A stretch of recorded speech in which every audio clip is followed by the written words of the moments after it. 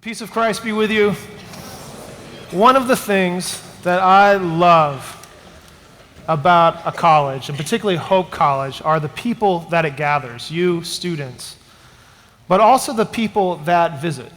Today it's my great privilege to introduce an individual who's visiting our campus. Rusty Reno is the editor-in-chief and executive director of First Things. It is arguably the most influential journal on religion and public life in the country. He has all of the right degrees from all the right places.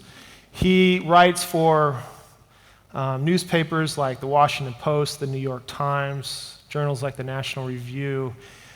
His voice is synonymous with a Christian who's trying to make a full-throated argument about the consequences of the gospel for the public life. Early on in my life, I read a book he wrote called In the Ruins of the Church that had a very powerful impact on me. You get to meet people who use words that point to the ideas that are a reminder to us that there are the governing dynamics of reality. There is a God who cares about this world so much that he loves this world. And so it's a great honor to have Rusty Reno with us today. He's going to be offering a public lecture tonight at Wynitz Hall, Graves Hall, right across from our chapel at 7 p.m. tonight. The lecture is called Restoring Love to the Intellectual Life. I encourage all of you to come out. I want to give a special shout out to David Charnan, our board member, St. Benedict Institute, for their support and what they're doing. Would you please give Dr. Reno a warm Hope College welcome?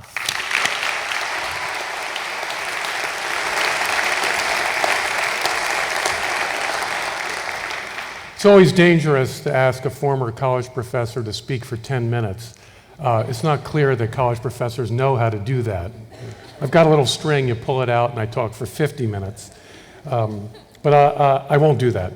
I want to talk today about the Bible's philosophy of education. And I think the place to look to find that philosophy of education is in the book of Proverbs. Most people don't spend a lot of time meditating on the book of Proverbs, although we can often go to Proverbs to find wisdom about how to live one's life. But the first 8 or 9 chapters of the book of Proverbs is an allegory, a story of the seduction of the men of the city by loose women, prostitutes, and the efforts of Lady Wisdom to take them from their false path and bring them back to the true path towards wisdom. So I want to reflect on that allegory. An allegory is something where it's a story that seems to be about, in this case, about prostitution and infidelity, but it's really a story about the life of the mind, the intellect, and our bewitchment by falsehood.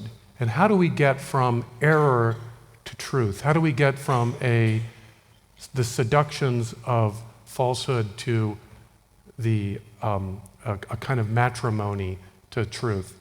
So anyway, then in the book of Proverbs, the men of the city, they are running around with women whose husbands have gone on business trips, or in other cases, other loose women of the city. And in the Old Testament, we know that sexual infidelity is treated widely as a metaphor for idolatry. And idolatry is the kind of mother of all false paths in the Old Testament. And so these men are on the path towards destruction. And Lady Wisdom appears on the scene. And it's very interesting because Lady Wisdom takes the standard path, I think, of the modern educator. She tries to argue these men out of the falsehood of their way. She points out the dangers of the path that they're going on. She points out that this is going to lead to destruction. It's going to lead to bankruptcy. It's going to lead to all kinds of bad outcomes for the men of the city.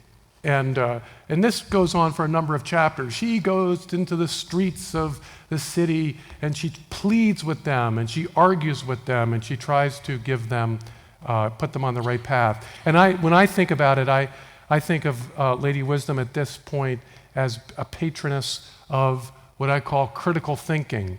And the idea here is that if you're in the grips of a false belief, that the way to get free from that false belief is to step back, think critically, analyze, look at the counter arguments, and then you can argue people out of their errors. And what's interesting in this what I regard as a kind of charter for the biblical view of education, it's very interesting that Lady Wisdom fails, and that these men persevere in their wickedness, in their union, their false unions. And again, the false unions here are not meant to be viewed morally, but I think they're meant to be viewed spiritually. That the men of the city are pursuing a false wisdom, not true wisdom. And so the strategy of critical thinking doesn't really work for Lady Wisdom. But that's not the end of the story. Lady Wisdom is wise. So she goes back to her palace, her lovely house in the city, and she develops a very different strategy towards, if you will, re-educating the men of the city. And so she lays out a banquet. She decorates the halls of her palace.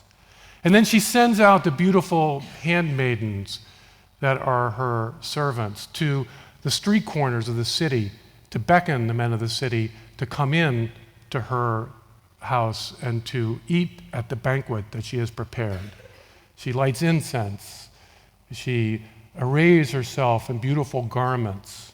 And it's pretty clear that what Lady Wisdom has done or recognized is that a false love can only be cured by a greater love, a truer love. And so that you can't argue people out of deep errors. You have to seduce them out of deep errors. And she succeeds. The alluring young maidens that she sends out to the street cause the men of the city to stop looking or stop with this sort of false romance, and they turn to things that are more beautiful, more alluring, and they follow the handmaidens into the house of Lady Wisdom, and she's able to instruct them and able to put them on the path to true wisdom. Now, for me as an educator, I was a firm believer in what I call, what I'm calling here critical thinking. And I thought that, the key to getting students and myself, for that matter, on the right path was to really examine the arguments closely. And I'm not saying that that's not important. I think it is important to do that sort of thing. But reading the book of Proverbs has helped me see the importance of love and desire in the intellectual life, in the pursuit of wisdom. One of the most shocking things for a college professor is to realize that arguments don't often work very well to change people's minds.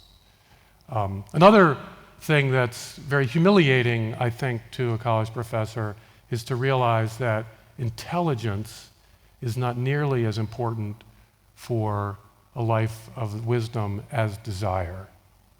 That the hardest thing to do is to inculcate in oneself and in others a desire for truth. That's the hardest thing of all. And it's really that Lady Wisdom is doing. She is sparking in the men of the city a desire, a love for wisdom. And it's only that counter-seduction that allows for us to change the direction of our lives. We live in an era, I think, characterized by a fear of desire. I look around me, I look at our society today, and that the greatest imperative people have is self-protection. And of course, desire and love are very risky ventures of the self for something above or beyond or outside the self. So we tend to protect. Irony is a technique of protecting ourselves from disappointments. So a certain kind of apathy is, I think, characteristic of our time. All the more important, therefore, I think, that we look at the book of Proverbs and the biblical view of education, that desire is more fundamental than intelligence, and that to desire truth is the key to a life of the mind that is rich, full, and ordered towards truth. Desire is at the center of the intellectual life. I'll talk about that more at my lecture this evening. You know, like I said, I think it's difficult for us to recognize the importance of desire, and it came to me not just reading the book of Proverbs, when I used to teach St. Augustine's Confessions. And in St. Augustine's Confessions, it's very interesting. He becomes convinced of the truths about God, creation, and ultimately about the incarnation, but he cannot believe because he still loves those things that were part of his former life. And so his false loves his conversion is really a conversion of desire and not a conversion of the intellect. So I want to leave you with that image of the transformation of desire as the central thing that you need to think about as students at Hope College. What is it that you desire in your educational project? What is it you desire? You need to examine that question. What do I desire? And not just I desire to get good grades or I desire to, fulfill my pre-med requirements, which are perfectly reasonable desires, far better than the alternatives. You don't want to do poorly. But what do I ultimately desire? What is the end that I seek in my education?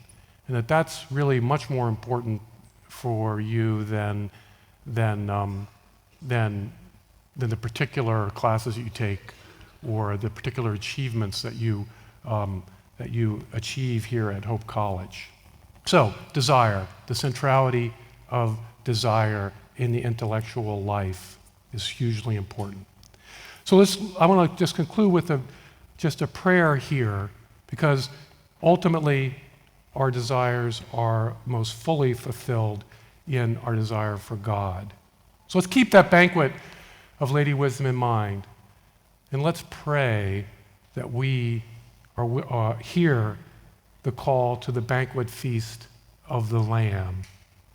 And let's be open to the seductions of Christ's offer of friendship with God. Let's pray for openness that we would be open to the seductions of Christ's offer of friendship with God. So thank you. Have a great day. My lecture, 7 o'clock tonight.